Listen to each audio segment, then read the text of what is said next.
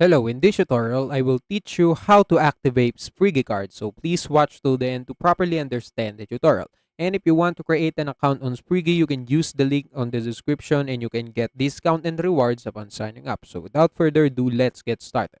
So right here on the Spriggy website, what you're going to do first is to, get Spriggy. And after that, join the Spriggy membership. And you just need to input all of your information. Of course, your name because your parents and your kids details and information. And after you input all of that, you can also choose a card design if you want for your kid. And yeah, and after that, you just need to input your address and click get spriggy. And yeah, that's it. So you just need to wait until your card is being delivered to your address.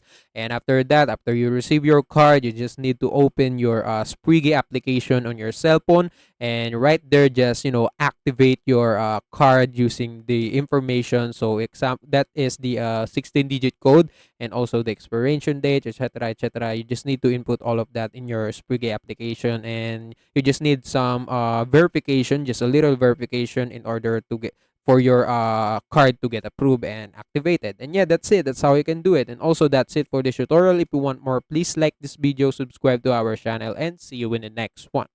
Bye.